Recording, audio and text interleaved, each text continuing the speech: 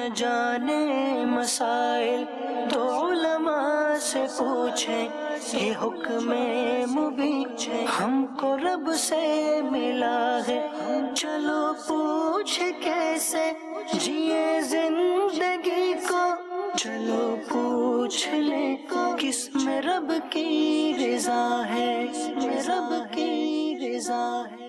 الحمدللہ رب العالمین والصلاة والسلام علی سید المرسلین، اما بعد فاعوذ باللہ من الشیطان الرجیم، بسم اللہ الرحمن الرحیم۔ الصلاة والسلام علیک یا رسول اللہ، الصلاة والسلام علیک یا حبیب اللہ، الصلاة والسلام علیک یا نبی اللہ، وعلی آلک واصحابک یا نور اللہ۔ پیارے پیارے اسلامی بھائیوں، مدنی چینل کا ایک بہت ہی معلوماتی سلسلہ دارالافتاء اہل سنت، اس کے ساتھ ہم حاضر ہیں۔ الحمدللہ ہمارے ساتھ دارالافتاء اہل سنت کے مفتیان کرام تشریف فرما ہوتے ہیں۔ آج بھی انشاءاللہ سلسلے میں مفتی سعید مدنی صاحب اور مفتی عرفان مدنی صاحب، جو کہ ہمارے دارالافتاء اہل سنت سردار آباد میں تشریف فرما ہوتے ہیں، انشاءاللہ سلسلے کا حصہ ہوں گے۔ درود پاک کی فضیلت سماعت فرمائیے۔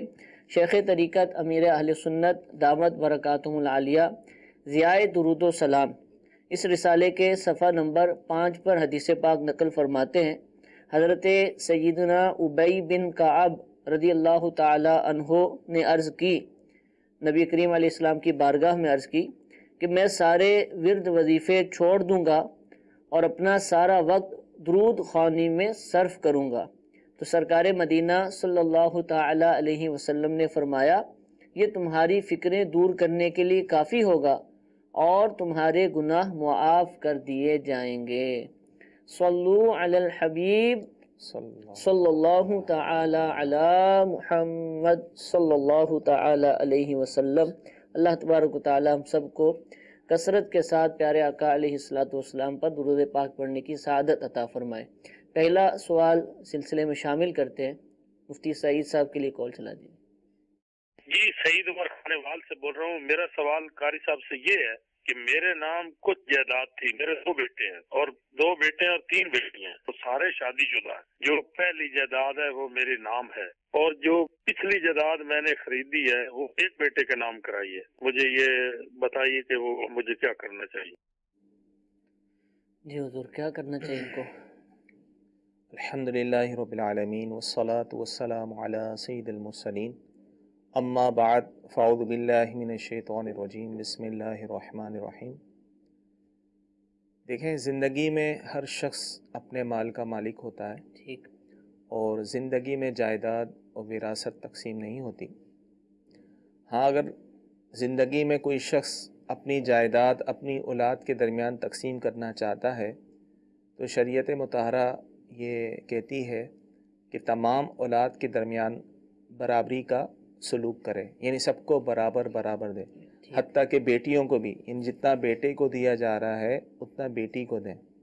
ویسے تو بیٹے کے 2 حصے، بیٹی کا 1 حصہ ہوتا ہے وراثت میں، لیکن زندگی میں مستحب قرار دیا ہے کہ برابر دیا جائے، اگرچہ بیٹے کو 2 بیٹی کو 1 دینا بھی جائز ہے۔ ٹھیک ہے، لیکن انہوں نے سوال کیا کہ میں نے جو جائیداد میں ایک بیٹے کے نام جائیداد کر دی ہے، حالانکہ ان کی اور اولاد بھی موجود ہے، تو ایسا ہرگز نہ کریں۔ ٹھیک ہے، دینا ہے تو سب کو دیں، ہوں، کیونکہ یہی چیزیں پھر بعد میں فساد کا سبب بن جاتی ہیں۔ بعض اوقات والدین کی زندگی میں دیگر اولاد نہیں کہہ رہے ہوتے ہیں، لیکن بعد مرنے کے پھر وہی کوس رہے ہوتے ہیں اپنے والدین کو، انہوں نے کیسا فیصلہ کر دیا، ہمارے لیے کچھ نہیں چھوڑا، وغیرہ وغیرہ۔ ٹھیک ہے، تو اولاً یہ ہے کہ اگر دینا ہے، دینا ویسے شرعی طور پہ لازم نہیں ہوتا، کیونکہ والدین پر اپنی زندگی میں یہ لازم نہیں ہے کہ اپنی زندگی میں ہی تقسیم کر کے جائیں۔ ٹھیک ہے، بعض اوقات کیا ہوتا ہے، کوئی بیٹا یا بیٹی مطالبہ کرتے ہیں اپنے والد سے کہ ہمیں ہمارا حصہ دو، تو یہ سمجھتے ہیں کہ ہم پر لازم ہو گیا ہے، اگر ہم نہیں دیں گے تو ہم گناہ گار ہوں گے۔ ایسا ہرگز نہیں ہے۔ ٹھیک، ان کے مطالبے پر بھی اگر وہ نہیں دیتے تو کوئی حرج نہیں ہے، صحیح، بلکہ اگر ان کا مطالبہ والدین کے لیے تکلیف کا باعث ہو تو وہ گناہ گار ہوں گے، کیونکہ زندگی میں حق رکھتے ہی نہیں ہیں، لیکن والدین بخوشی دینا چاہتے ہیں۔ بعض اوقات ایسا ہوتا ہے فساد سے بچنے کے لیے وہ دینے پر راضی ہوتے ہیں، تو پھر سب کو دیں، سب کو برابر برابر دیا جائے. ٹھیک ہے. اچھا حضور، آپ نے فرمایا کہ برابر برابر دیں. جیسا انہوں نے کہا نا کہ انہوں نے ایک بیٹے کے نام لگا دی ہے، یہ کسی نے اور نے بھی ایسا کر دیا ہوا ہے اور وہ اس حصے کو لے کر اپنے استعمال میں لے آیا ہے، تو اب کیا یہ واپس لے سکتے ہیں کہ جی میں نے دوسرے بچوں کو بھی دینا ہے، اب مجھے واپس دیکھیں کرو؟ اس میں ہے تفصیل. ٹھیک ہے. نام کر دینے سے فقط وہ چیز اس کی نہیں ہو جاتی. ٹھیک ہے. یہ نام کر دینا یہ گویا کہ ان کی طرف سے، باپ کی طرف سے اپنے بیٹے کو گفٹ کرنا ہے، تحفہ دینا ہے. اب اس کے گفٹ، جس کو گفٹ دیا جائے، تحفہ دیا جائے، تو اس کا مالک کب ہوتا ہے؟ جب اس پر مکمل قبضہ ہو، قبضہ تامہ اس کا حاصل ہو. بعض اوقات کیا ہوتا ہے کہ جس مکان میں والد صاحب رہ رہے ہوتے ہیں وہی مکان بیٹے کے نام کر دیا اور مرتے دم تک اسی مکان میں رہے، تو شرعی طور پہ بیٹے کا قبضہ نہیں مانا جائے گا. اگر جب بیٹا وہاں رہتا ہو تو پھر تو یہ وراثت ہی تقسیم ہوگی، اگرچہ قانونی طور پہ نام اس کے ہے. تو آپ کی بات، سوال کو لیتے ہوئے، اگر تو باقاعدہ شرعی طور پہ قبضہ ہو گیا، تصور کر لیتے ہیں کہ شرعی قبضہ ہو گیا، سب کچھ ہو گیا، تو اب دینے کے بعد واپسی لینا، رجوع کرنا جائز نہیں ہے. ٹھیک ہے. کہ جو اپنے محارم رشتہ دار آپس میں جو تحائف کا لین دین کرتے ہیں تو اس سے وہ رجوع نہیں کر سکتے. رجوع کرنا جو ہے وہ جائز نہیں ہوگا. اب ان کو یہ چاہیے کہ اب وہ دے گئے ہیں، ان کے پاس اور بھی جائیداد وغیرہ ہے تو دیگر اولاد کو بھی دے دیں تاکہ سب کے درمیان برابری ہو جائے. ٹھیک ہے. اچھا حضور، بعض دفعہ ایسا ہوتا ہے کہ کاروبار، جائیدادیں بڑی ہوتی ہیں، اولادیں مختلف ہوتی ہیں، صورت ایسی پائی بھی گئی، بقیہ چھوٹے بچے اور ایک بڑا ہے سمجھدار، اور خود والد جو ہے نا بیمار یا پریشان ہے، تو وہ قانونی معاملات اور دیگر چیزوں کی وجہ سے فی الوقت وہ کہتا ہے کہ میں اس کے نام کر رہا ہوں تاکہ اس کی دیکھ بھال کرتا رہے، لیکن اس کو تاکید کر دیتا ہے کہ بھئی مرنے کے بعد جو ہے نا آپ پھر اپنے بھائیوں بہنوں میں تقسیم کر دینا. وہ بھی کہتے ہیں ٹھیک ہے ابا جان یہ کر دیں گے، اور فی الوقت وہ دے دیتا ہے. وہ مقصود یہ ہوتا ہے کہ وہ کسٹڈی میں چلا جائے اور وہ سنبھالے اس کو، تو لیکن مرنے کے بعد جو ہے پھر وہ نہیں دیتے. تو اب کیا دیگر بہن بھائی مطالبہ کر سکتے ہیں کہ بھئی ابا نے کہا تھا کہ ہم آپ کو اس لیے دے رہے ہیں، اور وہ بولے نہیں وہ تو میرے نام ہو گئی تھی، بھلے کہا تھا لیکن میں نہیں دوں گا؟ تو دیکھیں اگر تو یہ وضاحت ہو جائے تو بہت اچھی بات ہے. ٹھیک ہے. جھگڑا عمومی طور پہ جب ہی ہوتا ہے کہ دیتے وقت کوئی سرحد نہیں ہوتی، ویسے نام کیوں کیا تھا. تو اگر تو سرحد کر دی، گواہ بنا دیا، پھر تو ایسا کم چانس ہے کہ وہ نہ دے، بعد میں مکر جائے. ٹھیک ہے. بعض اوقات عمومی طور پہ یہ جو کیس ہمارے پاس آتے ہیں وہ یہی ہوتے ہیں، نام کر دیتے ہیں لیکن نام کرتے وقت سرحد نہیں ہوتی، اور وہ کہتا ہے میری، وہ کہتا ہے بھائی مجھے دے دیا تھا، میرے نام ہے. تو وہ پھر مسائل کھڑے ہو جاتے ہیں. اور اگر والد صاحب نے فقط دینے کے لیے نہیں، اگرچہ دینا یہ دلیل ہبہ ہے، یعنی گفٹ کرنے کی دلیل، لیکن جب خود سرحد کر رہے ہیں کہ میں اس کو گفٹ نہیں کر رہا، میں تو ایسی تاکہ کل کو آسانی ہو اور یہ سب میں جو ہے شرعی طریقے سے تقسیم کر سکے، یہ وضاحت اگر والد خود کر دیتے ہیں، پھر بعد میں بلے وہ جو کچھ کرتا رہے، اس کے جو دیگر بھائی بہن ہیں اسے بالکل مطالبہ کر سکتے ہیں، انہیں دینا ہی ہوگا. ٹھیک ہے. ٹھیک ہے، جزاک اللہ. مفتی عرفان صاحب کے لیے کال سلسلے میں شامل کرتے ہیں. جی مفتی صاحب کی بارگاہ میں میری عرض ہے کہ مجھے یہ جواب دیا جائے کہ میرے کچھ رشتہ دار جو ہیں وہ عمرے کے لیے گئے تھے اور غلطی سے وہ جدہ چلے گئے اور جدہ سے واپس آ کر انہوں نے مکے میں عمرہ نہیں کیا اور اب وہ پاکستان آ چکے ہیں. اب ان کے لیے کیا حکم ہے شرعی؟ دم تو ہوگا، کس طرح اتارا جائے؟ جی حضور حکم شرعی بیان بھی کر دیا ہے، اب اس کا طریقہ پوچھ رہے ہیں، ارشاد فرمائیے. بسم اللہ الرحمن الرحیم. جی ہاں، انہوں نے خود سے ہی ایک حکم شرع بیان کیا، جبکہ اس مسئلے کے اندر تفصیل ہے، اور اس کو ہم اس طرح دیکھ سکتے ہیں کہ جو ان کے عزیز عمرے کے لیے گئے تھے، کیا وہ پہلا عمرہ کر چکے تھے پھر اس کے بعد جدے گئے ہیں؟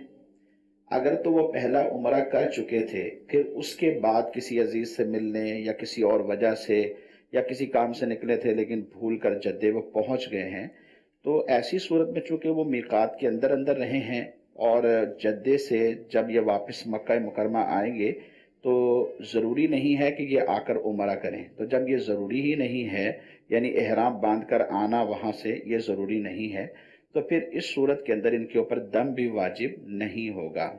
ٹھیک ہے. اور اگر صورت یہ ہے کہ انہوں نے جانا ہی وہاں جدے تھا، ڈائریکٹ اترنا تھا، جیسے ہمارے پاکستان سے جو فلائٹیں جاتی ہیں وہ جدے اتر جاتی ہیں، تو اب جدے سے پھر آگے مکہ مکرمہ پہنچتے ہیں اور طواف کرتے ہیں، جا کے عمرے کے دیگر ارکان جو ہیں وہ ادا کرتے ہیں، تو اب یہ اس صورت کے اندر ابھی پہلا عمرہ انہوں نے کیا ہی نہیں، احرام باندھے ہوئے ہیں اور جدے گئے، اور جدے سے ویسے ہی احرام کی حالت میں ہی یہ مکہ مکرمہ آ گئے، اور وہاں آ کر بھی انہوں نے عمرہ نہیں کیا۔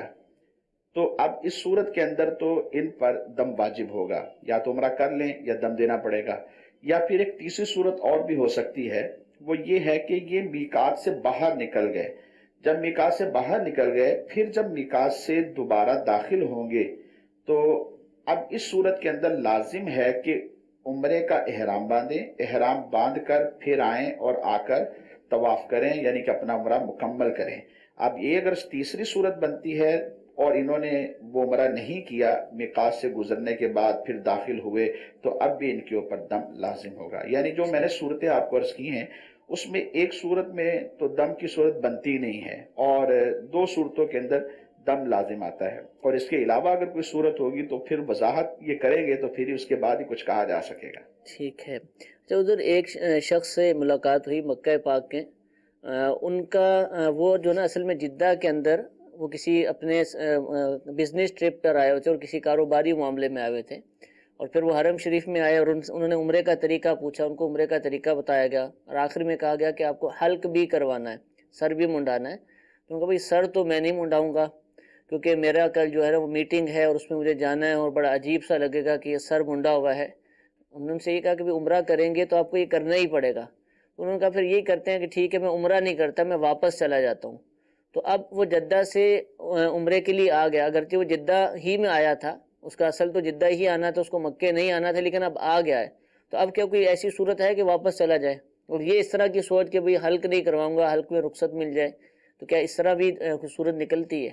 دیکھیں اس صورت کے اندر اگر تو جدہ سے انہوں نے احرام باندھ کر عمرے کی نیت کر لی، اب تو ان پر لازم ہے کہ یہ عمرہ کریں۔ ٹھیک۔ اور اگر احرام نہیں باندھا اور ویسے ہی گاڑی میں بیٹھے اور عمرہ شریف کے لیے مکہ مکرمہ پہنچ گئے ہیں، اور وہاں جا کر ابھی احرام نہیں باندھا اور کسی سے ملاقات ہو گئی اور یہی ساری صورت اور سچویشن واقع ہوئی، اور پھر اس کے بعد انہوں نے طے کیا کہ میں واپس چلا جاتا ہوں، تو اب چونکہ اب انہوں نے احرام باندھا ہی نہیں ہے، عمرے کی نیت بھی نہیں کی، اب یہی سے اگر یہ واپس چلے جاتے ہیں تو اب اس صورت کے اندر ان کے اوپر کوئی دم لازم نہیں ہوگا۔ لیکن بہرحال یہ ہے کہ یہ تو دیکھیں عبادتیں، یہ نوافل، یہ عمرے، یہ سب تو نصیب والوں کو ہی ملتے ہیں، بے شک۔ اور وہاں اگر چلے گئے ہیں تو بالوں کی کیا پرواہ کرنی ہے، اللہ کی بارگاہ میں جھکنے کی پرواہ کرنی چاہیے، اور اللہ کی بارگاہ میں اللہ کو راضی کرنے کی اگر انسان پرواہ کر لے تو سب راضی ہو جاتے ہیں۔ اصل میں ہمارا المیہ یہ ہے کہ ہم لوگوں سے ڈرتے بہت ہیں، جب لوگوں سے ڈرتے ہیں تو بس پھر ہم ہر ایک سے ہی ڈرتے رہتے ہیں، کیونکہ رب کا خوف اور رب کا ڈر نہیں ہوتا۔ تو اگر ہم اللہ کو راضی کرنے کے در پہ رہیں نا، تو میں یہ سمجھتا ہوں کہ ہم سب ہی دنیا میں سرخرو ہو جائیں گے اور آخرت میں بھی ایک نام ہوگا۔ لوگوں کی پرواہ نہیں کرنی چاہیے، صرف پرواہ کرنی چاہیے اللہ رب العزت کی بارگاہ میں اس کی رضا کی اور نبی پاک صلی اللہ علیہ وسلم کی رضا کی، اور اگر یہ کر لیں تو دنیا بھی بہتر اور آخرت بھی بہتر ہے۔ بلکہ اس کی صورت ہو بھی سکتی ہے، کسی کے اگر بال بڑے ہیں تو وہ تقصیر کر لے، تقصیر سے مراد یعنی قصر کرنا، بال چوتھائی سر کے ایک پورے کے برابر بال کاٹ لے، تو تب بھی یہ صورت واقع ہو سکتی ہے کہ عمرہ بھی ہو گیا، یعنی ثواب بھی مل گیا، اور پھر اس کے بعد اپنے کام کاج سے فارغ ہو کر اپنے ملک واپس آ جائیں گے۔ ٹھیک ہے، یہ بھی ممکن ہے۔ اچھا، اللہ اس میں ایک جی تفصیل یہ تھی جیسا کہ مفتی صاحب نے وضاحت کی ہے، اگر تو وہ جدہ کا رہنے والا ہے اور جدہ سے مکہ آتا ہے، تو اگر تو ویسے ہی کسی سے ملنے آ رہا ہے تو ظاہر ہے احرام باندھنے کی حاجت نہیں ہوتی، لیکن اگر اس نے عمرے کی نیت کی تھی، عمرے کے ارادے سے وہ مکے میں آیا تھا، ٹھیک ہے، تو ایسی صورت میں ظاہر ہے حدود حرم کے باہر سے ہی اس کو احرام باندھنا ضروری تھا۔ اب وہ بغیر احرام کے وہاں چلا گیا، تو ایسی صورت میں جو ہے اس پر دم لازم ہوگا۔ ہاں اگر وہ عمرہ کر لیتا ہے اور عمرہ بھی وہاں سے نہیں احرام باندھے، مکے سے نہیں، وہی دوبارہ اگر جدہ آتا ہے اور جدہ آ کے پھر دوبارہ نیت کر کے وہیں سے احرام باندھ لیتا ہے، عمرے کی ادائیگی کر لیتا ہے، تو عمرہ بھی ادا ہو جائے گا اور جو اس پر دم لازم ہوا تھا وہ بھی ساقط ہو جائے گا۔ ٹھیک ہے، یہ ممکن ہے، اور اس طرح کے مسائل بہت زیادہ آتے رہتے ہیں۔ یہ ایک مثال دی ہے، کوئی باہر سے بھی لوگ ٹرپ پر جاتے ہیں، بزنس ٹرپ پر جاتے ہیں، سیر و سیاحت کے لیے بھی جاتے ہیں۔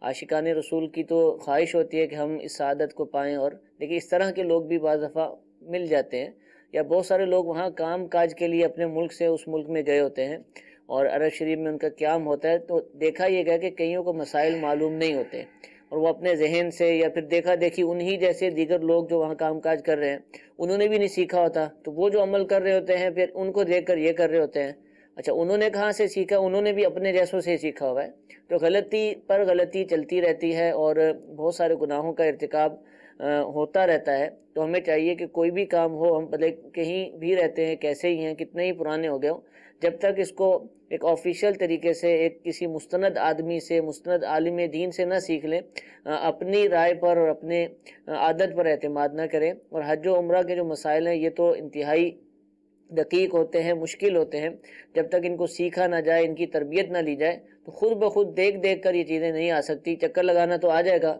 طواف کیسے کرتے ہیں وہ بھی ہو سکتا ہے کہ صحیح طریقے سے نہ کریں، لیکن بقیہ جو اس کے اندر واجبات ہیں، دیگر اس کے اندر آداب ہیں، وہ سیکھے بغیر ہم نہیں حاصل کر سکتے۔ تو جو عاشقان رسول یہ ارادہ رکھتے ہیں کہ وہ حج و عمرہ کی سعادت حاصل کرنے جا رہے ہیں یا ابھی نہیں جا رہے، لیکن ایک عاشق کی ایک خواہش ہوتی ہے، ایک مسلمان کی خواہش ہوتی ہے کہ ان مقدس مقامات کی حاضری نصیب ہو، تو ہمیں ایڈوانس کے اندر ہی یہ حج و عمرہ کا طریقہ سیکھ لینا چاہیے۔ اس کے حوالے سے کتابوں کا مطالعہ کرنا چاہیے۔ میرے اہل سنت دامت برکاتہم العالیہ کی بہت ہی پیاری کتاب اردو زبان میں رفیق الحرمین، جس میں حج کا بھی طریقہ ہے اور عمرہ کا بھی طریقہ بیان کیا گیا ہے، تو اس کو تو ہر عاشق رسول کو چاہیے کہ اس کو پڑھ لے اور اس کو سیکھے، اس کو سمجھے۔ اس کے علاوہ ویڈیوز بھی موجود ہیں، بہت سارے اجتماعات ہوئے کہ جن کے اندر ان طریقوں کو بیان کیا گیا ہے۔ حج و عمرہ کی موبائل اپلیکیشن بھی موجود ہے، اس کو بھی ڈاؤن لوڈ کر لیجئے اور وقتاً فوقتاً اس کے ذریعے جو ویڈیو کے ذریعے مختلف طریقوں کو سکھایا گیا ہے، مناسک کو سکھایا گیا ہے، اس کو دیکھیے، سمجھیے، نہ سمجھ آئے تو پوچھیے، جانے سے پہلے مکمل تیاری کر لیجئے، انشاءاللہ عز و جل اس کا فائدہ بھی ہوگا اور امید ہے انشاءاللہ اس کی برکت سے گناہوں سے بھی محفوظ رہیں گے۔ ایک اور کال مفتی سعید صاحب کے لیے لیتے ہیں۔ جی سر، ہمارا پہلا سوال یہ ہے کہ جو حضرت آدم علیہ السلام تھے ان کا نکاح کس نے پڑھایا تھا؟ اور سر ہمارا دوسرا سوال یہ ہے کہ حضرت محمد صلی اللہ علیہ وآلہ وسلم کو غسل کس نے دیا تھا؟ جی حضرت دیکھیں، حضرت آدم علیہ السلام کا نکاح حضرت حوا سے اللہ تبارک تعالیٰ کے حکم سے ہوا، اور دوسرا انہوں نے سوال یہ پوچھا کہ آپ علیہ الصلوۃ والسلام کو غسل کس نے دیا۔ ہمارے پیارے نبی صلی اللہ تعالیٰ علیہ وآلہ وسلم نے وصیت فرمائی تھی کہ میرے تجہیز و تکفین کے معاملات میرے اہل بیت اور اہل خاندان والے کریں، ٹھیک، تو لہذا حضرت علی رضی اللہ تعالیٰ عنہ، حضرت عباس رضی اللہ تعالیٰ عنہ، حضرت فضل بن عباس رضی اللہ تعالیٰ عنہما، اسامہ بن زید رضی اللہ تعالیٰ عنہ، ان سب نے مل جل کر جو ہے آپ علیہ الصلوۃ والسلام کو غسل دیا۔ اور ایک محبت والی بات کہ جب آپ علیہ الصلوۃ والسلام کو غسل دیا جا رہا تھا تو آپ کے ناف مبارک میں جو پانی کے قطرات تھے سبحان اللہ، اور جو پلکوں مبارک پہ پانی کی طری قطرات تھے، تو حضرت علی رضی اللہ تعالیٰ عنہ نے جوش محبت اور فرط عقیدت سے اس کو زبان سے چاٹا اور پی لیا۔ سبحان اللہ، اس طرح مل جل کر جو ہے اہل بیت اور ان کے خاندان والوں نے مل جل کر آپ علیہ الصلوۃ والسلام کو غسل دیا تھا۔ جی، اور حضرت آدم علیہ السلام کا نکاح؟ حضرت آدم علیہ السلام کا نکاح میں نے پہلے عرض کیا کہ اللہ تبارک تعالیٰ کے حکم سے ہی ہوا ہے۔ ٹھیک ہے، اب ظاہر ہے کوئی اور تو پڑھانے والا ٹھیک ہے، یعنی نکاح خاں یا کوئی اور نبی یا کوئی اس طرح کے، کیونکہ ابتدائی میں یہ معاملہ ہو گیا تھا۔ ٹھیک ہے جی، ایک میسج لے لیتے ہیں، مفتی سعید صاحب سے پوچھتے ہیں۔ پوچھا یہ جا رہا ہے کہ کیا غیر محرم کے سامنے اسلامی بہن وضو کرے یا نماز پڑھے تو اس کی نماز ہو جائے گی یا وضو ہو جائے گا؟ جی ہاں، وضو بھی ہو جائے گا، نماز بھی ہو جائے گی، لیکن اس میں یہ لازم ہے کہ پردے کا مکمل اہتمام کرے۔ ٹھیک ہے، کہ کوئی پردے کا ایسا اہتمام کر لے۔ ظاہر ہے وضو کرنے میں یہ مسائل رہیں گے کہ جن اعضاء کا چھپانا غیر محرم کے سامنے ضروری ہے، جیسے کلائیوں وغیرہ کا حصہ اور سر کا مسح کرتے وقت، تو ان کا احتیاط کریں کہ غیر محرم کی نظر وہاں تک نہ پہنچے۔ تو اسی طرح جو ہے پردے میں رہ کر نماز بھی پڑھ سکتی ہیں، اس میں کوئی حرج نہیں، نماز ہو جائے۔ ٹھیک ہے جی، ایک کال مفتی عرفان صاحب کے لیے۔ جی، میں پاک پتن شریف سے بات کر رہا ہوں۔ ہمارے اسکول میں جو ظہر کی نماز ہے وہ 12 بجے ہو جاتی ہے کیونکہ اس ٹائم بریک ہوتی ہے، اور کیا اس وقت ظہر کی نماز پڑھنا جائز ہے؟ جی ہے تو اچھی بات کہ اسکول میں نماز ہوتی ہے اور بریک کے وقت نماز پڑھتے ہیں، لیکن ٹائم کا جو انہوں نے بتایا ہے یہ ارشاد فرمائی کہ درست ہے اس وقت میں نماز پڑھنا. یہ یقیناً ایک بہت اچھی بات ہے. ہمارے ہر ادارے میں نماز کا اہتمام ہونا چاہیے. جب نماز کا وقت آ جائے تو پھر کوئی کام نہیں، بس نماز کے وقت میں نماز ہی با جماعت ادا کی جائے. لیکن اس میں یہ ضروری ہے کہ وقت ہو چکا ہو، کیونکہ قرآن مجید فرقان حمید میں اللہ تبارک و تعالیٰ نے ارشاد فرمایا ان الصلاۃ کانت علی المؤمنین کتابا موقوتا، کہ نماز مسلمانوں پر ایک وقت باندھا ہوا فرض ہے کہ جب اس کا وقت شروع ہوگا تو ہم نماز پڑھ سکیں گے. نماز فجر ہے، ظہر ہے، عصر ہے، مغرب ہے، عشاء ہے، کوئی بھی نماز ہے، نماز کا وقت شروع ہو گیا. اب مسلمان پر یہ ہے کہ وہ اللہ کی بارگاہ میں حاضری دے، اپنے رب کو راضی کرے کہ اس میں فائدے اسی کی ذات کے لیے ہیں. لیکن نماز کا وقت ہونا ضروری ہے. اب یہ کہہ رہے 12 بجے ہمارے یہاں بریک ہوتی ہے اور 12 بجے ہی نماز کا جو ٹائم ہوتا ہے. 12 بجے تو نماز کا ٹائم آج کل شروع بھی نہیں ہو رہا، ظہر کی نماز کا ٹائم.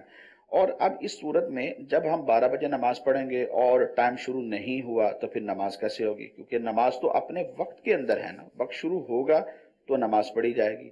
تو اس کا خیال رکھنا بھی ضروری ہے. بلکہ جو امامت وہاں کرتے ہیں خاص طور پر وہاں کے امام صاحب، اور ان کو خیال رکھنا چاہیے، اور منتظمین کو، ادارے کے جو سربراہ ہیں ان کو اس بات کا خیال رکھنا چاہیے کہ ہم اپنے ادارے میں جو نماز کا وقت دے رہے ہیں آیا کہ اس وقت میں نماز کا وقت شروع بھی ہو رہا ہے یا نہیں. ورنہ بریک کو کچھ اپ ڈاؤن کرنا چاہیے تاکہ جو مسلمان وہاں نماز پڑھیں گے، ہمارے اسٹوڈنٹس اور ٹیچرز یہ سب کے سب نماز پڑھیں گے تو اپنے وقت پر نماز پڑھیں اور سب کو اپنے اس عمل کا فائدہ بھی ہو. یہ نہ ہو کہ بس نماز تو پڑھ کر آ گئے، اب فائدہ کوئی نہیں ہوا کیونکہ نماز وقت پر ادا ہی نہیں ہوئی. تو جب نماز وقت پر نہیں پڑھی تو وہ ایسے ہی ہے گویا کہ نہیں پڑھی. تو اس لیے یہ ادارے کے منتظمین کو، سربراہان کو چاہیے کہ وہ وقت کو دیکھیں. یعنی فرسٹ پیرورٹی ہماری یہ ہونی چاہیے کہ ہم اسلام کے جو ارکان ہیں، اسلام کے جو احکام ہیں، ہم وہ اپنی ذات کے اوپر لاگو کریں اور اپنے ہی مسلمان بھائیوں اور بچوں پر ان کو کس طرح لاگو کرتے ہیں صحیح تعلیم ان تک پہنچائیں. اور یہ نہیں کہ فارمیلٹی ہو، بس یہ لوگ کہیں گے جناب اس ادارے نے نماز کا ٹائم تو رکھا ہوا ہے، سب بچے جا رہے ہیں نماز پڑھ رہے ہیں، بس یہ لوگوں میں نام تو ہو جائے گا لیکن نماز کسی کی نہیں ہوئی. اس میں کیا فائدہ؟ اس لیے یہ فرسٹ پیرورٹی ہمارے ادارے کے سربراہان کی اور جو منتظمین ہیں ان کی یہ ہونی چاہیے کہ نماز کو دیکھیں. ہمارے تمام اراکین جو ایمان ہے یا اسلام ہے ان سب کو فالو کریں اور خود انوالو ہوں اس کے اندر اور دیکھیں آیا کہ کسی کی عبادت خراب تو نہیں ہو رہی.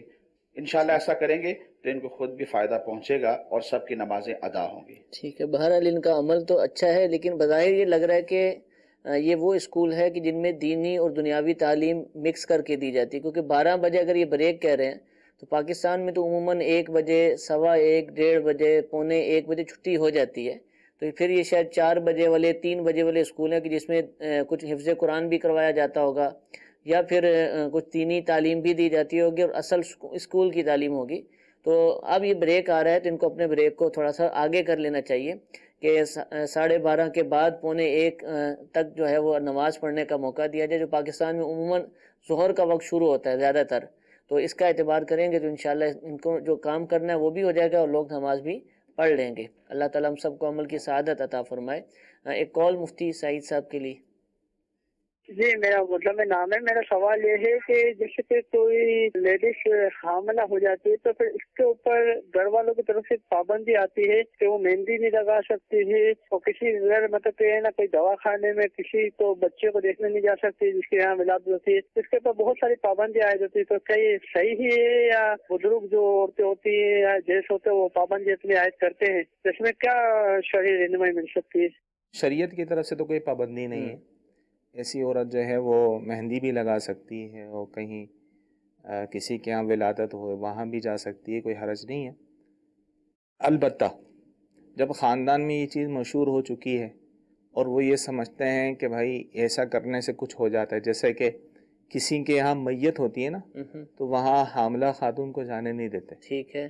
کہتے ہیں یہ نقصان دہ ہوتا ہے، حالانکہ صدق والا گھر، اس طرح کے الفاظ تو مختلف وہ آتے ہیں، حالانکہ شریعت کی طرف سے کوئی پابندی نہیں ہے، لیکن پھر بھی ایسے لوگوں کو بچنا چاہیے۔ اللہ نہ کرے کسی بھی سبب سے اگر کوئی نقصان ہو جاتا ہے تو پھر لوگ یہی باتیں بنائیں، دیکھا ہم نے منع کیا تھا نا، یہ وہاں گئی تھی اور اس وجہ سے ایسا ہوا تھا، تو پھر وہ فساد کا سبب بن جاتا ہے، لیکن شرعی طور پہ ایسی کوئی پابندی نہیں ہے۔ ٹھیک ہے، یعنی کسی بھی یہ حمل والی ہے نا، اس کے علاوہ بھی کسی کے لیے موت میت والے گھر جانا، مختلف توہمات لوگوں میں پائے جاتے ہیں، بالکل غلط ہیں یہ، ٹھیک ہے، شریعت میں اس کی کوئی حقیقت نہیں ہے۔ تو ایک میسج ہے وہ یہ ہے اسلامی بہنوں کے حوالے سے یہ کہ مخصوص ایام ہوں تو کیا رخصتی ہو سکتی ہے؟ شادی کے دن آگئے ہیں اور ایام بھی ہیں خاص، تو کیا رخصتی روک دیں یا کر دیں؟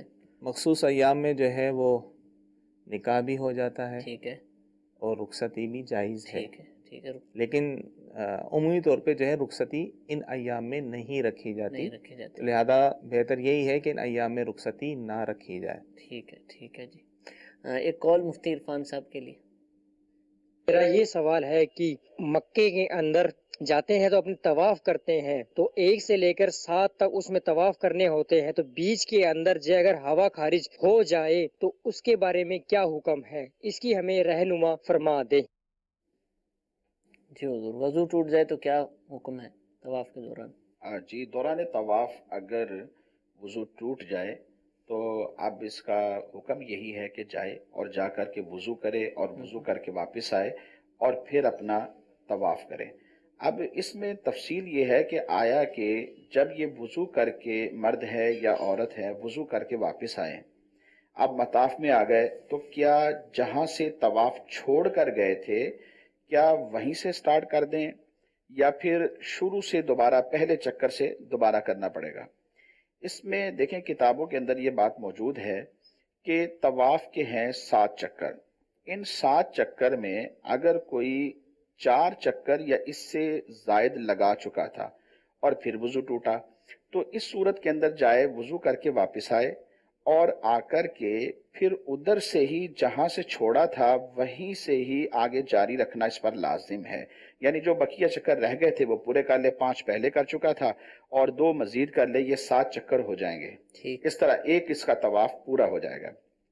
اور اگر صورت یہ ہے کہ 4 ابھی پورے نہیں ہوئے، یعنی 4 سے پہلے ہی 2 یا 3 ابھی چکر لگائے تھے اور وضو ٹوٹ گیا، خارج ہو گئی، تو اس صورت کے اندر جائیں، جا کر کے وضو کریں، وضو کر کے واپس آئیں مطاف میں، تو اب اس شخص کو اختیار ہے، چاہے تو پہلے سے شروع کر دے یعنی دوبارہ نئے سرے سے، اور چاہے تو وہیں سے جاری کر لے، اسے شریعت نے اختیار دیا، یہ دونوں صورتوں پر جو اس کے لیے آسانی ہو اس پر یہ عمل کر سکتا ہے۔ اور جو پہلا شخص تھا جس نے 4 یا اس سے زائد کر لیے ہوئے ہیں اس پر لازم ہے کہ اگلے بقیہ جو ہیں وہ پورے کر لیں۔ ٹھیک ہے۔ تو حضور جنہوں نے اپنا ارادہ بنایا ہوتا ہے وہ تو جا ہی رہے ہوتے ہیں نا، لیکن اور بھی کئی لوگوں پر حج فرض ہو رہا ہوتا ہے لیکن توجہ ہی نہیں ہوتی، ان کا ارادہ نہیں ہوتا، تو کس کا ارادہ ہو یا نہ ہو لیکن شریعت کہتی ہے کہ اس کو حج کرنا ہے اور اس کو یہ اٹیمپٹ کرنا ہے، کوشش کرنی ہے، فارم جمع کروائے، تو اس کے حوالے سے کچھ آپ مدنی پھول عطا فرما دیں۔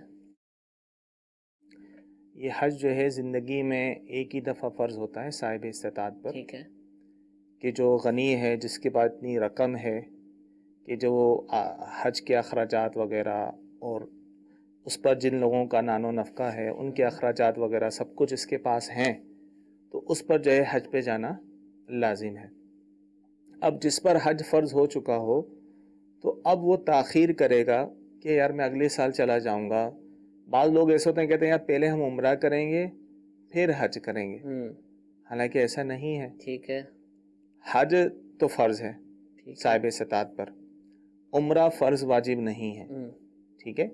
تو لہذا ایسا بھی نہیں ہوتا کسی نے عمرہ کر لیا تو اس پر حج فرض ہو جائے، عمرہ کرنے سے بھی حج فرض نہیں ہوتا۔ جس پر حج فرض ہو چکا اب وہ اس بات کا انتظار کرے کہ میں پہلے عمرے پہ جاؤں گا پھر حج پہ جاؤں گا، اس وجہ سے تاخیر ہوگی تو وہ گناہگار ہوگا۔ جب والدین پہلے کریں گے تو میں کروں گا۔ جی۔ اور حج کے معاملے تو ایسا آیا ہے کہ ایک شخص جو صاحب استطاعت ہے اس کو کوئی مرض بھی نہیں ہے، کوئی رکاوٹ بھی نہیں ہے، اور پھر بھی جو ہے وہ حج نہیں کرتا۔ حدیث پاک کا مفہوم ہے کہ اگر وہ اسی حالت میں مرا تو چاہے وہ یہودی ہو کر مرے یا نصرانی ہو کر مرے، کتنی سخت وعید ہے، چاہے وہ یہودی ہو کر مرے نصرانی ہو۔ تو زندگی کا دیکھیں کوئی بھروسہ نہیں ہے، یہ سوچنا کہ پہلے ہم اپنے بچوں کی شادی کر لیں، پہلے میرے کچھ کام ہے یہ کر لوں، پہلے میں اپنے گھر کو بنا لوں، تو ایسا ہرگز نہ کریں۔ ہم نے ایسے کئی لوگ دیکھے ہیں بچوں کی شادی کرتے کرتے بیچارے اتنے بوڑھے ہو جاتے ہیں حج کرنے کے قابل نہیں ہوتے، نہ خود کر پاتے نہ بیچارے حج بدل کرواتے ہیں، نہیں بن پاتے، اسی طرح بیچاروں کا ایکسیڈنٹ ہو جاتا ہے یا انتقال ہو جاتا ہے، کوئی ایسا سبب بن جاتا ہے۔ تو جب حج فرض ہو چکا تو بچوں کی شادی جو ہے حج کے لیے رکاوٹ نہیں ہے۔ اگرچہ بچے جوان ہیں، بچیاں جوان ہیں، شادی کے قابل ہیں، اور آپ پہ حج فرض ہو چکا ہے تو آپ پر لازم ہوگا آپ حج پر جائیں۔ دیکھیں ایک آدمی مثال کے طور پر ریٹائرڈ ہوا اور ان دنوں میں اس کو گریجویٹی ملی ہے، 60 سال اس کی عمر ہو چکی ہے، ساری عمر سروس کرتا رہا، 40 سال 35 سال نوکری کی اس نے، اب اس کو 4 لاکھ 5 لاکھ 6 لاکھ روپیہ ملا ہے، بچیاں جوان ہیں، ان کی شادی کرنی ہے اور اس کے پاس اب تو پینشن ہی رہ گئی ہے، کوئی کمائی کا ذریعہ نہیں ہے، تو اب کیا کرے؟ اللہ پہ توکل رکھے۔ اچھا دیکھیں یہ زکوٰۃ ہو گئی، حج ہو گئی، اس میں جو رقم خرچ ہوتی ہے نا بظاہر تو خرچ ہو رہی ہے، لیکن اللہ تبارک تعالیٰ دگنا عطا فرماتا ہے، اور اللہ تبارک تعالیٰ ایسے اسباب پیدا فرماتا ہے۔ آپ دیکھیں ایسے لوگ ایک دفعہ جا کے تو دیکھیں، پھر دیکھیں اللہ تبارک تعالیٰ ان کے بچوں کی شادیوں کے کیسے اسباب، جو لوگ جن کے رشتے نہیں آ رہے وہ نہیں آ رہے اور ان پر حج فرض ہو چکا ہے تو اول وقت میں پہلے حج کر لیں، انشاءاللہ وہاں جا کے دعائیں کریں گے، پھر آ کے دیکھیں گے ایسا اللہ تعالیٰ سبب بنائے گا تو یہ سارے کام ہو جاتے ہیں۔ ہمیں اللہ پہ توکل رکھنا چاہیے کہ بھائی یہ کیا ہوگا، میں نے اگر پیسے خرچ کر، دیکھیں اللہ تبارک تعالیٰ ہی جو ہے تمام اسباب پیدا فرمانے والا ہے، اس نے رزق اپنے ذمہ کرم پہ لیا ہے، رزق کا وعدہ، تو اللہ تعالیٰ ہی سارے اسباب پیدا فرماتا ہے، تو ہم اللہ پہ توکل رکھیں۔ دیکھیں کس کا حکم ہے؟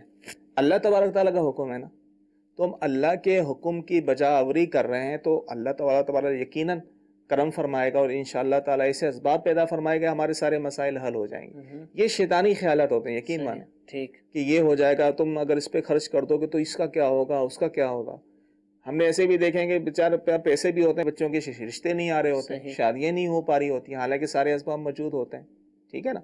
تو اول جو فرائض ہیں ہم اس پر توجہ دیں، ہم پہ حج فرض ہو چکا ہے تو ہم آج سے ہی نیت کر لیں، آج سے ہی کوشش کر لیں۔ اگر بالفرض بعض اوقات ایسے بھی ہوتے ہیں جو پرائیویٹ بھی حج کر سکتے ہیں، اگر گورنمنٹ میں اگر ان کے نہیں بنتا، قرآن دازی میں نام نہیں بھی آتا اور پرائیویٹ پہ اگر وہ جا سکتے ہیں تو ان پر فرض ہوگا وہ جائیں، تو لہذا حج کا جو فریضہ ہے وہ اول وقت میں ادا کرنا چاہیے۔ اچھا یہ پیسے کبھی بھی آ جائے تو حج فرض ہو جائے گا، جیسے ایک مہینہ پہلے آ جاتے تو ان دنوں میں بھی کہیں گے ایسا نہیں ہے۔ دیکھیں جن دنوں میں حج کے فارم جمع ہونا شروع ہوتے ہیں، جس ملک کے جیسے فقہاء کرام نے فرمایا کہ حج کے قافلے جانا شروع ہو جاتے ہیں، پہلے کیا ہوتا تھا مہینوں پہلے ہی، کیونکہ اونٹوں پہ پیدل جو ہے وہ یہ حج کا سفر ہوتا تھا تو مہینوں سفر کر کے پہنچتے تھے، تو اس لیے وہ کافی مہینے پہلے سے تیاری ہوتی تھی۔ اب ہم اس دور میں یہ لیں گے کہ حج کے فارم جمع ہونا جیسے شروع ہو جائیں تو اب کسی کے پاس استطاعت ہو جائے یا حج کے مہینے شروع ہو، حج کے مہینے شوال سے شروع ہو جاتے ہیں، تو اب کسی کے پاس اتنے پیسے ہو گئے تو اب اس پر لازم ہوگا کہ وہ حج پر جانے کی کوشش کرے۔ اور ان ایام سے پہلے کسی کے پاس پیسے تھے اور ان ایام آنے سے پہلے جو ہے وہ پیسے خرچ ہو گئے، اب اس کے بعد اس پر حج فرضی نہیں ہے، ٹھیک ہے، لیکن ماضی میں کبھی حج فرض ہو چکا تھا پچھلے سالوں میں اور نہیں گیا تھا اور اب اس کے بعد پیسے نہیں ہیں، حج تو اس پر فرض ہو چکا، اگرچہ اب اس کے بعد پیسے نہیں ہیں تو اپنی کوئی چیز بیچ کر قرض لے کر کسی بھی طرح جو ہے اسے حج پر جانا ہوگا۔ اچھا اگر ہم پیسے کے لفظ بول رہے ہیں نا تو اصل میں شیطان ہے وہ جب ورغلاتا ہے تو پھر وہ ہیلے بہانے بھی دیتا ہے، تو لوگ یہ کیش کو ہی سمجھتے ہیں، بعض دفعہ پرائز بونڈ رکھے ہوتے ہیں لاکھوں روپے کے، سونا رکھا ہوتا ہے، زمینیں رکھی ہوتی ہیں، زمینیں بھی شامل ہیں، بالکل یہ ساری چیزیں بھی دیکھی جائیں گی، بالکل ایسا نہیں ہے کہ صرف وہ کیش ہی آئے، ضرورت سے زائد جو چیزیں ہیں یہ سب دیکھی جائیں گی نا، ٹھیک ہے، کسی کے بعد یہ ساری چیزیں ہیں۔ اب کوئی تجارت کرتا ہے، بولتا ہے یار میں جاؤں گا تو تجارت، اگر تجارت اتنی مثال کے طور پہ تجارت میں 10 لاکھ روپے لگے ہیں، ٹھیک ہے، اب وہ حج کر آتا ہے 5 لاکھ بچ جاتا ہے، 5 لاکھ سے اس کا آسان تجارت کا معاملہ پھر بھی چلے گا تو اس سے جو ہے وہ حج پہ جانا جو ہے ضروری ہوگا، پیسے لگا کے نکالیں۔ اس طرح کی کئی چیزیں ہیں، یہ تو ہم نے مثال کے طور پر سمجھانے کے لیے ہم کہہ رہے ہیں کہ تمام مجموعے کو دیکھا جائے گا۔ بعض اوقات رقم نہیں ہوتی لیکن ضرورت سے زیادہ اتنی ساری زمینیں رکھی ہوتی ہیں جیسے وراثت میں ملی ہوتی ہے، ویسے ظاہر غریب ہے ایک طرح کا، یعنی اس کا آمدنی کا کوئی ذریعہ نہیں لیکن وراثتی زمینیں اس کے پاس ہیں اور سارا کچھ، اور تو اس پر لازم ہوگا اس کو بیچ کر ٹھیک جو ہے وہ حج کی ادائیگی کرے۔ ٹھیک، تو میرا ناقص مشورہ بلکہ اس کو کامل ہی سمجھ لیجئے کہ جن کے پاس کچھ ہے، زمینیں ہیں جیسا کہ مفتی صاحب نے توجہ دلائی ہے، کچھ سونا ہے، کوئی پرائز بانڈ ہے، کچھ کاروبار میں رقم لگی ہوئی ہے، کوئی کمیٹیاں ڈالی ہوئی ہیں، کسی کو قرض دیا ہوا ہے، جس کو لگتا ہے کہ میرے پاس کچھ رقم ہے، کچھ گریجویٹی کے طور پر ملا ہوا ہے، فنڈ ملا ہوا ہے، کسی نے گفٹ کر دیے ہوئے ہیں اور اس کے پاس کچھ رقم ہے، آپ نہیں پوچھیں گے تو اس سے یہ نہیں ہوگا کہ آپ کا جو حج فرض ہے وہ ساقط ہو جائے گا. آپ پوچھیں نہ پوچھیں، جس کے اوپر حج فرض ہے شرعاً وہ فرض ہی رہے گا، لیکن کنفرم کر لیجئے. جن کو نہیں لگتا ہے لیکن ڈاؤٹ ہو گیا، جیسا کہ مفتی صاحب نے بہت ساری چیزیں دی ہیں، ان کو چاہیے کہ دارالافتاء اہل سنت میں رابطہ کریں اور مکمل اپنے قوائف اور تفصیلات بیان فرمائیں کہ میرے پاس یہ ہے اور اس کنڈیشن میں ہے اور اتنا قرض بھی ہے اور یہ بھی ہے، ساری تفصیل بتائیں اور پھر مفتی صاحب سے پوچھیں کہ اب مجھے بتائیے کہ کیا مجھ پر حج فرض ہوتا ہے یا نہیں ہوتا. مکمل تفصیلات دیں، انشاءاللہ آپ کی رہنمائی کی جائے گی. دارالافتاء اہل سنت کی شاخیں ملک بھر میں موجود ہیں. باب المدینہ کراچی کے اندر 5 شاخیں الحمدللہ مختلف مقامات پر ہیں. آپ دعوت اسلامی کے ذمہ داران سے ان کے ایڈریس لے سکتے ہیں. اسی طرح حیدرآباد میں مرکز الاولیاء، لاہور کے اندر سردار آباد یعنی فیصل آباد کے اندر، گلزار طیبہ اس کے قریب ایک شہر ہے سردار آباد کے یعنی سرگودا میں، راول پنڈی میں، ان تمام شہروں میں الحمدللہ دارالافتاء اہل سنت موجود ہے. بیرون ملک دیکھتے ہیں تو الحمدللہ یو کے شہر بریڈ فورڈ، اس میں بھی دارالافتاء اہل سنت کا آغاز ہو چکا ہے. وہاں کے اسلامی بھائی یا وہاں قریبی علاقوں کے اسلامی بھائی وہاں مفتی صاحب سے رابطہ کر کے معلومات لے لیں اور حج اگر فرض ہے تو فوراً جو ہے بقیہ چیزوں کو پس پشت کرتے ہوئے جو فرض ہے اس کی ادائیگی کے لیے کوشش کریں. اللہ تعالیٰ ہم سب کو یہ سعادت عطا فرمائے. مزید دارالافتاء اہل سنت کے فون نمبرز پر بھی رابطہ کر بھی آپ شرعی رہنمائی حاصل کر سکتے ہیں. اسی طرح مفتی علی اصغر عطاری صاحب دامت برکاتہم العالیہ ہمارے استاد محترم، ان کا ہر سال سلسلہ ہوتا رہا حج کس پر فرض ہوتا ہے. یہ سلسلہ آپ نے کئی مرتبہ کیا، یہ بھی دعوت اسلامی کی ویب سائٹ پر مل سکتا ہے. اس کے ذریعے بھی بہت ساری چیزیں معلومات حاصل کی جا سکتی ہیں. تو اللہ تعالیٰ ہم سب کو اس کی کوشش کرنے کی توفیق عطا فرمائے. جو شاکان رسول تڑپ رہے ہیں، استطاعت نہیں رکھتے، اللہ تعالیٰ ان کو بھی یہ سعادت عطا فرمائے اور جن پر حج فرض ہے ان کو تو فوراً اس کی کوشش کرنے کی توفیق عطا فرمائے. مفتی عرفان صاحب کے لیے کال سلسلے کا حصہ بناتے ہیں. میں نے اپنی بیٹی کا عقیقہ کرنا ہے اور بیٹے کا عقیقہ کرنا ہے، اس کا کیا طریقہ کار ہے؟ اگر جو مہمان آتے ہیں وہ کچھ پیسے دیں، وہ ہم پیسے لے سکتے ہیں کہ نہیں لے سکتے؟ جی حضور. عقیقہ بیٹی کا ہو یا بیٹے کا ہو جائز، بلکہ یہ ایک مستحب عمل ہے، بہت ہی اچھا عمل ہے اور نعمت ملنے کی خوشی میں اللہ تبارک و تعالیٰ کی بارگاہ میں شکرانہ پیش کرنے کے لیے جانور کو ذبح کیا جاتا ہے. جانور کتنی عمر کا ہوگا اس کی شرائط وہی ہیں جو عید قربان پر جو ہم جانور خریدتے ہیں، وہی اسی شرائط پر یہ جانور خریدا جائے گا. بیٹی کے لیے 1 جانور ذبح کیا جائے گا اور بیٹے کے لیے 2 جانور افضل ہیں. 1 بھی کر دیں تو اس سے بھی عقیقہ ادا ہو جاتا ہے. اب مسئلہ یہ درپیش ہے کہ جو مہمان آئیں گے وہ مہمان ظاہر سی بات ہے کچھ نہ کچھ دیتے ہیں. یہ ہمارے عرف و عادت میں یہ بات ہے کہ کوئی گفٹ بچے کے لیے لے کر آتے ہیں، کبھی کھلونے لے کر آ جاتے ہیں یا اس کے کپڑے لے کر آتے ہیں یا بسا اوقات پیسے بھی دیتے ہیں یا مٹھائیاں سامان اس طرح کا بھی آتا ہے. تو یہ کوئی پیسے دیں یا تحائف دیں یہ لینا بھی جائز ہے. اب اس میں یہ دیکھ لیں کہ یہ ملکیت کس کی کہلائیں گے. اب اگر تو وہ کپڑے ہیں بچے یا بچی کے سائز کے ہیں اور بچوں کے لیے دیے گئے کہ یہ کپڑے ہیں، صراحت کر دی گئی یہ بچوں کے ہیں، یا پھر صراحت نہیں کی گئی لیکن ان کپڑوں کے سائز سے ماپ سے ہی پتہ چلتا ہے کہ یہ بچوں کے لیے ہی لائے گئے ہیں جن کا عقیقہ ہے، یا کھلونے وہ ظاہر سی بات ہے بچوں کے لیے ہی ہوں گے تو وہ ان کی ملک چلے جائیں گے، وہ بچوں کے کہلائیں گے. اور جو مٹھائیاں لے کر آتے ہیں وہ مٹھائیاں عام طور پر عرف و عادت میں یہی ہوتا ہے جو مہمان آئیں گے سب کھائیں گے یا اہل خانہ استعمال کر سکتے ہیں، محلے میں بھی تقسیم کر سکتے ہیں، جو ان کی مرضی ہوگی اس کے مطابق ماں باپ استعمال کر سکتے ہیں. اسی طرح جو پیسے دیے جاتے ہیں اس میں بھی اس کا جو معیار ہے وہ عرف و عادت کے اوپر ہوتا ہے. اب عرف و عادت یہی ہوتا ہے 500 1000 دیں گے، 2000 دیں گے، 5000 بھی دے دیتے ہیں اور 10,000 بھی دیتے ہیں. جیسے جیسے حیثیت ہوتی ہے اس کے مطابق پیسے خاندانوں میں دیے جاتے ہیں، اس طرح عقیقوں کے اوپر یا شادی بیاہ کے اوپر. تو اب جب یہ پیسے دیے جاتے ہیں، عقیقہ تو بچوں کا ہے لیکن اگر صراحت نہ کی جائے، یعنی صراحت کر دی گئی یہ ہم نے بچے کو خاص دیے اسی کے لیے استعمال کرنے، تب تو اس بچے کے لیے ہو گئے۔ لیکن اگر یہ صراحت نہیں کی گئی تو عام طور پر والدین کو ہیلپ کے طور پر دیے جاتے ہیں یا ان کی ملک کر دیے جاتے ہیں، وہ جیسے چاہیں اس کو خرچ سکتے ہیں۔ یہ مختصر سی ذرا تفصیل تھی جو موٹی موٹی تھی اور میں نے عرض کر دی۔ ٹھیک ہے، جزاک اللہ۔ مزید اگر آپ اس کی وضاحت، تفصیل اور بہت سارے سوال جو عقیقے کے بارے میں ذہنوں میں آتے ہیں، بچے کے بالوں کا کیا کرنا ہے، عقیقہ کس دن کرنا ہے، بہت سارے سوالات لوگ پوچھتے رہتے ہیں، ذہنوں میں موجود ہوتے ہیں اور معلومات صحیح نہیں ہوتی اس حوالے سے، تو اگر یہ جاننا چاہیں تو بہت ہی ایک آسان طریقہ ہے۔ امیر اہل سنت دامت برکاتہم العالیہ کا رسالہ ہے عقیقے کے بارے میں سوال جواب۔ عقیقے کے بارے میں سوال جواب بہت مختصر ہے اور آسان الفاظ کے اندر سوال ہیں اور ان کے جوابات دیے گئے ہیں۔ بہت ہی اچھے انداز سے ایک عقیقہ منعقد ہوا تھا جس میں مدنی مذاکرہ ہوا اور امیر علیہ سنت سے جو سوالات ہوئے اور پھر بعد میں ان کے جوابات کو تحریری صورت کے اندر المدینۃ العلمیہ نے شائع کیا ہے۔ یہ رسالہ خود بھی پڑھیے، جن جن کے ہاں عقیقہ ہوتا ہے یا عقیقہ کرنا چاہتے ہیں اور پوچھتے ہیں تو ان کو یہ رسالہ دیجیے، انشاءاللہ عز و جل بہت زیادہ فوائد ہوں گے۔ اللہ تعالیٰ ہم سب کو دین کی باتیں سیکھنے اور پر عمل کی سعادت عطا فرمائے، آمین بجاہ النبی الامین۔ صلو علی الحبیب صلی اللہ تعالی علی محمد صلی اللہ تعالی علیہ وسلم۔ نہ جانے مسائل تو علماء سے پوچھیں، یہ حکم مبین ہم کو رب سے ملا ہے، چلو پوچھ کیسے جیے زندگی کو، چلو پوچھ لے کس میں رب کی رضا ہے، رب کی رضا ہے۔